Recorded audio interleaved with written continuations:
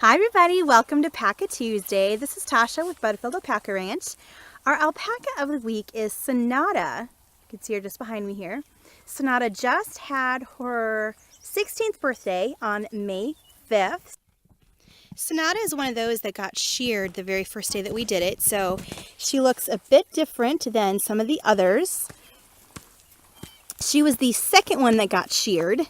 And that is because she is one of the girls that easily overheats. I've had her for 4 summers, and when she first arrived, she hated the water, absolutely hated it. And if you saw the video a couple weeks ago of me watering them down, I explained what that's all about, but that's one of the ways that I keep them cool. Well, when I would turn that hose on, she would get as far away from it as she possibly could. And that was at the old location, so we were inside some corrals, and she would just get as far as she possibly could. And it wasn't until last summer, let's see, up until then, I would actually like trap her in a corner or something and water her down in those instances when I knew she really needed it. And you can see, well, maybe a little bit right now, one of the signs that I know an alpaca is too hot is their nostrils are going to flare. They're kind of happening for her right now. Not too bad. But she's one of the first in the herd that gets overheated. There, see, like that?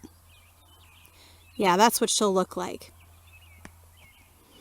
And heat stress is a great concern with alpacas. They can actually die from that. So I have to be very mindful of what's going on with the heat. Well, because of that, I would trap her in corners and water her down and try and get her cooler than she was. You know, the nostrils flaring are from labored breathing, and that's never a good thing. It took Sonata some time, but she finally realized that getting watered down is a good thing. You know what? I have Roman right here trying to eat my jacket. You remember him from last week? He thinks I have something for him. Okay, back over here to Sonata. Well, finally, the 4th summer, that would be last year, she started to realize water actually makes her feel good. So she was starting to not run away, but she would still be a significant distance from the rest of the group. As the summer progressed, she kind of, well, she never would come up to me when the water was running like some of the others, but she would be in the back of the pack and let me get up close to her and water her down without any problem.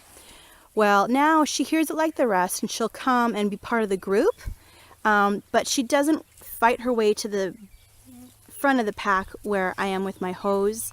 She'll just stand in the back and wait her turn. And I make sure that besides the first spraying, I come around 1 or 2 extra times, because even just the first spraying, those nostrils don't stop flaring very much, you know, so she's still really hot. And something that I realized was that the windows where I water them down, which is going to be their tummy, between their legs and underneath their tail, those are what I call windows, where you can usually see some skin and you know the coolness of the water is getting to them and actually helping them cooling down. But in Sonata's case, when I look in those areas, I just see her fiber. Like, her skin is black, and so it's pretty obvious against her chocolate brown fiber when you see her skin. Well, in those areas, I don't see it. Under her tail, I might see a little bit of it, but yeah, that I don't see much of it at all. So she is growing fiber everywhere on her body, and it doesn't give her much opportunity to get cool from water or the wind or anything like that. So I just take extra care in cooling her down. That's why on the first shearing day, I made sure she was one of those that for sure got it done. She was the second one that we did. She's one that I did myself. Okay, pretty good. Not as good as PJ, but she turned out pretty good. As the day went on, my shearing kind of got worse and worse. You'd think it would get better, but I'm blaming it on the shears. I'll work on it. I'll work on my skills. She's also a really good friend of PJ. They've been together for years. They had their daughters that are still here in the herd. They had them within a week of each other, so they raised their babies together. Sonata went to the vet a couple weeks back. If you go through the Facebook timeline, you'll see a picture of that. And I took PJ along as a companion on that day, and they were just two peas in a pod, like two old friends.